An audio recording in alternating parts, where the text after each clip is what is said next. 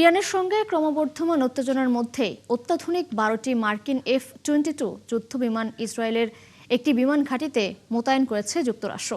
বুধবার the Times of Israel এক প্রতিবেদনে এই তথ্য নিশ্চিত করেছে। যুক্তরাষ্ট্র কয়েক সপ্তাহ ধরে মধ্যপ্রাচ্যে নিজেদের সামরিক শক্তি বাড়ানোর অংশ হিসেবে বিমানবাহী রণতরী ও যুদ্ধ জাহাজের বিশাল বহর অঞ্চলটিতে নিয়ে এসেছে। এর মধ্যে ইসরায়েলে পৌঁছালো F-22 যুদ্ধবিমান। এদিকে যুক্তরাষ্ট্র ও ইরানের মধ্যে পারমাণবিক কর্মসূচি নিয়ে আলোচনা চলমান থাকা সত্ত্বেও এই সামরিক তৎপরতা নতুন করে যুদ্ধের শঙ্কা জাগিয়ে তুলেছে। বৃহস্পতিবার জেনেভায় দুই দেশের প্রতিনিধিদের বৈঠক হওয়ার কথা রয়েছে। মার্কিন প্রেসিডেন্ট ডোনাল্ড ট্রাম্প কংগ্রেসে স্টেট অব দ্য ইউনিয়ন ভাষণে ইরানে সম্ভাব্য হামলার পক্ষে অবস্থান তুলে ধরার কয়েক ঘন্টার মধ্যেই বুধবার ইরান সম্পর্কিত নতুন নিষেধাজ্ঞা আরোপ করেছে যুক্তরাষ্ট্রের ট্রেজারি বিভাগ। ট্রেজারির Office of Foreign Assets Control ৩০ জনের বেশি ব্যক্তি, বিভিন্ন প্রতিষ্ঠান ও জাহাজের উপর নিষেধাজ্ঞা জারি করেছে। তাদের বিরুদ্ধে অবৈধ ইরানি পেট্রোলিয়াম বিক্রি এবং ইরানের ব্যালিস্টিক ক্ষেপণাস্ত্র, উন্নত প্রচলিত অস্ত্র উৎপাদনে সহায়তার অভিযোগ আনা হয়েছে। ট্রেজারি বিভাগ জানায় ওএফএসি এমন একাধিক নেটওয়ার্ককেও লক্ষ্যবস্তু করেছে যেগুলো ইরানের ইসলামী বিপ্লবী গার্ড কর্পস এবং প্রতিরক্ষা ও সশস্ত্র বাহিনী লজিস্টিক্স মন্ত্রণালয়কে ব্যালিস্টিক ক্ষেপণাস্ত্র ও অন্যান্য অস্ত্র উৎপাদনের জন্য প্রয়োজনীয় কাঁচামাল ও যন্ত্রপাতি সংগ্রহে সহায়তা করে। তবে বিশ্লেষকদের মতে এই নিষেধাজ্ঞা মধ্যপ্রাচ্যে চলমান উত্তেজনার মধ্যে ওয়াশিংটনের চাপ বাড়ানোর আরও একটি নতুন কৌশল।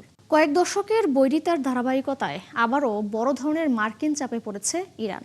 তবে এই সংকটময় সময়ে দীর্ঘদিনের কৌশলগত অংশীদার চীন ও রাশিয়া সরাসরি সামরিক সহায়তায় এগিয়ে না আসায় তেহরান পড়েছে নতুন কূটনৈতিক বাস্তবতায়। বিশেষ করে ট্রাম্পের ক্রমবর্ধমান চাপ পরিস্থিতিকে আরও অনিশ্চিত করে তুলেছে। শারমিন স্বপ্নার প্রতিবেদন। মধ্যপ্রাচ্যে নতুন করে যুদ্ধের আশঙ্কা ঘনীভূত হচ্ছে। মার্কিন সামরিক হুমকির মুখে চাপে পড়েছে ইরান। ইরানের উপকূল ঘেঁষে মার্কিন রণতরীর অবস্থান এবং সম্ভাব্য দীর্ঘমেয়াদী বিমান হামলার প্রস্তুতি আঞ্চলিক নিরাপত্তা পরিস্থিতিকে আরও জটিল করে তুলেছে। তবে তেহরানের প্রধান মিত্র চীন ও রাশিয়া সরাসরি সামরিক সহায়তায় এগিয়ে আসবে কিনা তা নিয়ে রয়েছে বড় প্রশ্ন। বিশ্লেষকদের মতে ওয়াশিংটন এবার সীমিত আঘাত নয়, বরং কয়েক সপ্তাহব্যাপী টানা বিমান হামলার পরিকল্পনা করছে। গত জুনে ইসরায়েল ও যুক্তরাষ্ট্রের সঙ্গে ১২ দিনের সংঘাতে ইরানের ক্ষেপণাস্ত্র ও আকাশ প্রতিরক্ষা ব্যবস্থার বড় অংশ ক্ষতিগ্রস্ত হয়। এরপর থেকে তেহরান সামরিক সক্ষমতা পুনর্গঠনে বেইজিং ও মস্কোর সহায়তা চাইছে। তবে মধ্যপ্রাচ্যে মোতায়েন বিপুল মার্কিন সমরশক্তির তুলনায় সাম্প্রতিক যৌথ নৌ মহড়াগুলোকে প্রতীকী বলেই মনে করছেন বিশেষজ্ঞরা। সম্ভাব্য সংঘাতের প্রেক্ষাপটে গত এক সপ্তাহে রাশিয়া ও ইরান ওমান উপসাগরে ছোট পরিসরে নৌমহড়া চালায়। এছাড়া হরমুজ প্রণালীতে চীন, রাশিয়া, ইরানের যৌথ মহড়ার কথাও রয়েছে। তবে মহড়া শেষ না হতেই রাশিয়ার একমাত্র হেলিকপ্টার ক্যারিয়ার ওই এলাকা ত্যাগ করেছে, যা মস্কোর অবস্থান নিয়ে নতুন প্রশ্ন তুলেছে। চীনের জন্য সবচেয়ে বড় বিবেচ্য বিষয় যুক্তরাষ্ট্রের সঙ্গে সম্পর্কের টানাপোড়েন। বেইজিং ইরানের তেলের বড় ক্রেতা হলেও পারস্য উপসাগরীয় অঞ্চলে সরাসরি মার্কিন প্রভাবের বিরোধিতা করে উত্তেজনা বাড়াতে চায় না। অন্যদিকে রাশিয়ার অগ্রাধিকার এখন ইউক্রেন ইস্যু। তেহরানের চেয়ে ওয়াশিংটনের সঙ্গে সম্পর্কের ভারসাম্য বজায় রাখাকে বেশি গুরুত্বপূর্ণ মনে করছে মস্কো। ফলে সম্ভাব্য যুদ্ধে ইরান কার্যত কূটনৈতিকভাবে একা হয়ে পড়তে পারে। এদিকে ইরান সামরিক সক্ষমতার প্রদর্শনে জোর দিচ্ছে। তাদের দাবি, মিত্রদের সরাসরি সহায়তা ছাড়াই তারা বিশ্ব তেল বাণিজ্যে বিঘ্ন ঘটাতে সক্ষম। হরমুজ প্রণালীতে রেভলিউশনারি গার্ডের নৌ ইউনিট মোতায়েন করা হয়েছে। বিশ্বের মোট তেল সরবরাহের প্রায় ১/৫ এই পথ দিয়ে পরিবাহিত হয়। ফলে এখানে উত্তেজনা বাড়া মানে বৈশ্বিক জ্বালানি বাজারে বড় ধাক্কা। বিশ্লেষকদের মতে চীন ও রাশিয়া ক্ষেপণাস্ত্রের যন্ত্রাংশ বা যোগাযোগ বিচ্ছিন্ন করার প্রযুক্তি সরবরাহ করলেও তা পূর্ণমাত্রার মার্কিন হামলার মোকাবেলায় যথেষ্ট নয়। সব মিলিয়ে পরিস্থিতি এখন টানটান উত্তেজনার। কূটনৈতিক সমাধান না এলে মধ্যপ্রাচ্যে আরেকটি দীর্ঘস্থায়ী সংঘাতের আশঙ্কা উড়িয়ে দেয়া যাচ্ছে না।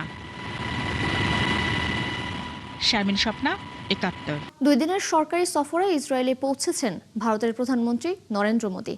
বুধবার ইসরায়েলের বেন গুরিয়ন আন্তর্জাতিক বিমানবন্দরে তাকে স্বাগত জানান দেশটির প্রধানমন্ত্রী বেনিয়ামিন নেতানিয়াহু।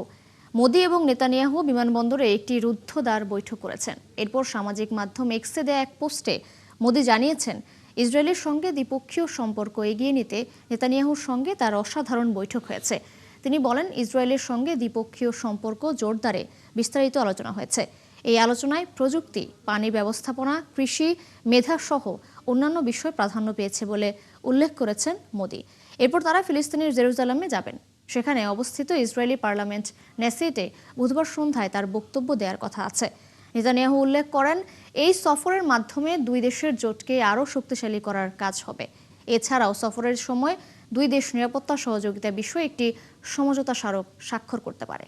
পবিত্র রোজায় আলোয় উদ্ভাসিত হয়ে ফিলিস্তিনের বেথলেহেমের মেনজার স্কোয়ার ঘোষণা করছে ঐক্যের বার্তা। এই স্কোয়ারটি আলোকিত করে রোজার পবিত্রতাকে স্বাগত জানানো এখানকার ঐতিহ্যের একটি অংশ। যুদ্ধ সংঘাতের মধ্যেও মুসলিম আর খ্রিস্টান সম্প্রদায় মিলেমিশে সাজানো এই চত্বরটি বিশ্ববাসীকে জানাচ্ছে সম্প্রীতির বার্তা। বিস্তারিত নাহিদা রিন্থির প্রতিবেদনে। পবিত্র রমজানের নগরী সেজে উঠেছে আলোকিত চাঁদ তারার সাজে। খ্রিস্টানদের পবিত্রতম স্থান ফিলিস্তিনের বেথলেহেমের প্রাণকেন্দ্র দাঁড়িয়ে থাকা মানজার স্কোয়ারটি সাম্প্রদায়িক সম্প্রীতির বার্তা দিচ্ছে হৃদয়ে আলো জ্বালিয়ে। মুসলিম ও খ্রিস্টান দুই সম্প্রদায় মিলেমিশে সাজিয়েছেন এই চত্বর। তাই এখন বুকে আলো নিয়ে জ্বলছে চাঁদ তারা। এভাবে যীশু খ্রিস্টের পবিত্র জন্মস্থানে রোজার মাসের আলোক তরঙ্গে দুই ধর্মের মানুষকে নিয়ে আসে অন্তরের এক বিন্দুতে। বেথলেহেমে যে অনুভূতি দেখতে পাচ্ছেন, এটি পশ্চিম তীর বা ফিলিস্তিনের অন্যান্য শহরে পাওয়া যাবে না। এজন্য বেথলেহেম বিশেষ। আমাদের মধ্যে ঐক্য, ভালোবাসা এবং শ্রদ্ধা রয়েছে। এই সাজসজ্জাকে ঐক্যের প্রতীক বলে মনে করেন নগরের মানুষজন। মুসলিম খ্রিস্টান দুই সম্প্রদায়ের মানুষ ঝুলিয়েছেন ফানুস, স্থাপন করেছেন চাঁদ তারার মোটিভ, তৈরি করেছেন সাজসজ্জার খিলান। আমরা সহাবস্থানের আদর্শ উদাহরণ। আমরা একসাথে উদযাপন করি, আমরা একসাথে দুঃখ পাই। এটি আমাদের ঐক্য ও দৃঢ়তার প্রতিফলন।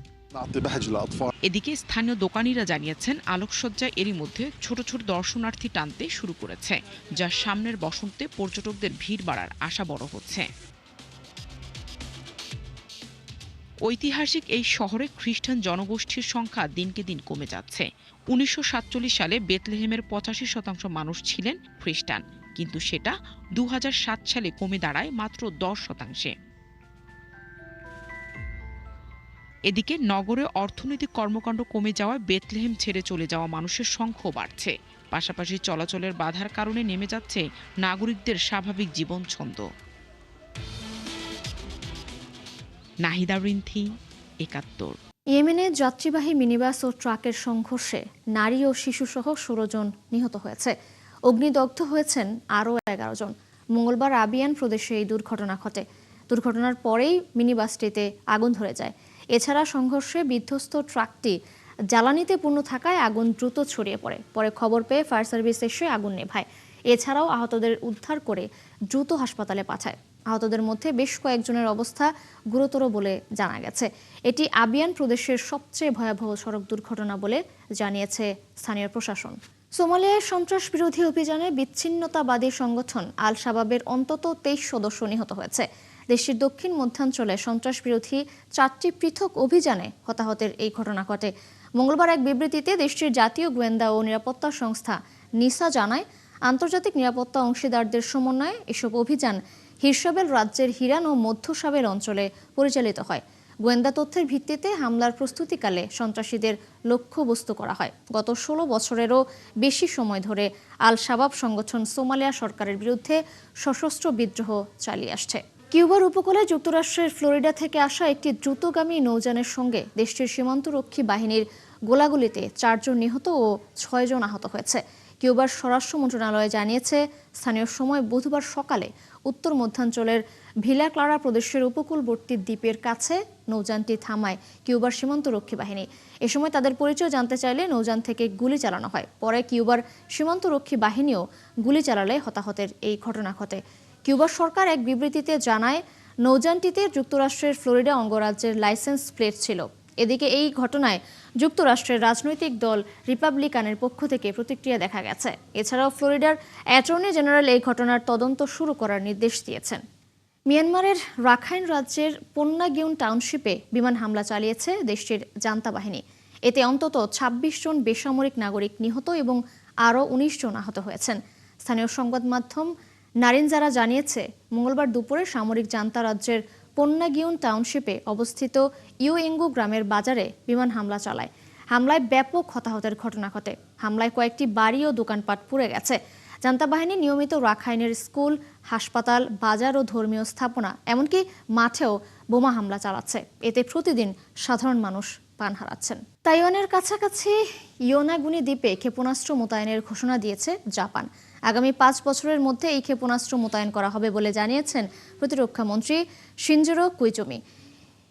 ইয়োনাগুনি দ্বীপটি তাইওয়ান থেকে প্রায় ১০০ কিলোমিটার দূরে। তবে এই ঘোষণায় চীনের সঙ্গে চলমান উত্তেজনা আরও বাড়বে বলে ধারণা বিশ্লেষকদের।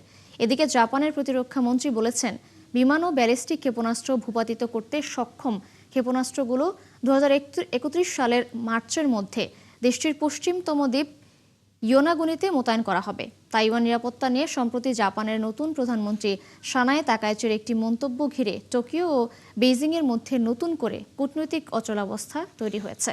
ব্রাজিলের দক্ষিণ পূর্বাঞ্চলীয় মিনাস জেরাইস প্রদেশের বিভিন্ন এলাকায় ভারী বৃষ্টিতে সৃষ্ট বন্যা ও ভূমিধসে ২৫ জনের মৃত্যু হয়েছে। গত সোমবার থেকে শুরু হওয়া টানা বৃষ্টি আর ভূমিধসে এখন পর্যন্ত নিখোঁজ রয়েছেন ৪৭ জন। নিখোঁজদের সন্ধানে অব্যাহত রয়েছে উদ্ধার তৎপরতা। আল জাজিরার প্রতিবেদনে বলা হয়েছে, সবচেয়ে বেশি প্রাণহানির খবর এসেছে জুইচ দ্য ফোরা শহর থেকে। সেখানেই প্রাণহানি হয়েছে ১৮ জনের। এছাড়াও ওই এলাকায় অন্তত ২০টি ভূমিধসের ঘটনা ঘটেছে। পাশাপাশি নিকটবর্তী শহরে উবাতে অন্তত ৭ জনের মৃত্যু হয়েছে। বন্যায় ক্ষতিগ্রস্তদের পাশে দাঁড়াতে দুর্যোগ পরিস্থিতি ঘোষণা করেছে সরকার। এদিকে মিনাস জেরাইস, রিও ডি জেনেইরোস সহ ১২টি অঙ্গরাজ্যে ভারী বৃষ্টির সতর্কতা জারি করেছে জাতীয় আবহাওয়া বিভাগ। চীন ইউরোপীয় বিমান সংস্থা এয়ারবাস থেকে আরও ১২০টি বিমান কিনবে বলে জানিয়েছে জার্মান চ্যান্সেলর ফ্রিডরিশ মেটস। চীনের প্রেসিডেন্ট শি জিনপিং এর সঙ্গে বৈঠকের পর তিনি একথা জানান। বুধবার প্রথমবারের মতো চীন সফরে যান মেটস। পরে স্থানীয় সময় সন্ধ্যায় চীনের প্রেসিডেন্ট শি জিনপিং এর সঙ্গে দ্বিপক্ষীয় বৈঠকে বসেন তিনি। বৈঠকে জার্মানির চীনের সঙ্গে নিবিড় এবং অবাধ সহযোগিতা চায় বলে জানান মেটস। এ সময় চীনের প্রেসিডেন্টও জার্মানির সঙ্গে যৌথ সম্পর্কের গুরুত্ব তুলে ধরেন। মেটস চীনের ফার্মগুলোকে জার্মানিতে বিনিয়োগ বাড়াতে উৎসাহিত করেন। ট্রাম্প প্রশাসনের সঙ্গে বিরোধ বাড়তে থাকার মধ্যে ইউরোপীয় দেশগুলোর নেতারা চীনের সঙ্গে নিজেদের সম্পর্ক মজবুত করার দিকে ঝুঁকছেন বলে মনে করা হচ্ছে। বোমা হামলার শঙ্কায় নিজ সরকারি বাসভবন থেকে সরিয়ে নেওয়া হয়েছে অস্ট্রেলিয়ার প্রধানমন্ত্রী অ্যান্থনি অ্যালবানিসকে। মঙ্গলবার সন্ধ্যায় রাজধানী ক্যানবেরার পার্লামেন্ট হাউসের কাছে অবস্থিত প্রধানমন্ত্রীর সরকারি বাসভবন দ্য লজে বোমা হামলার হুমকির অভিযোগ পেয়ে জরুরি এই ব্যবস্থা নেয় আইনশৃঙ্খলা বাহিনী।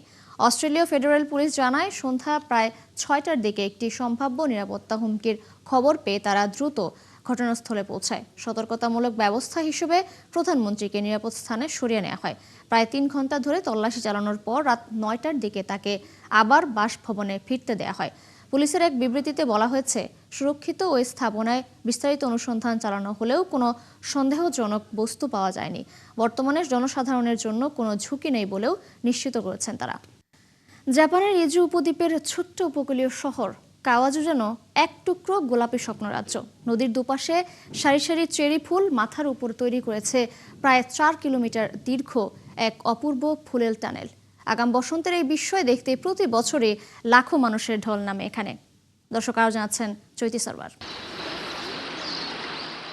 ফেব্রুয়ারি মানেই কাওয়াজুতে বসন্তের আগমন।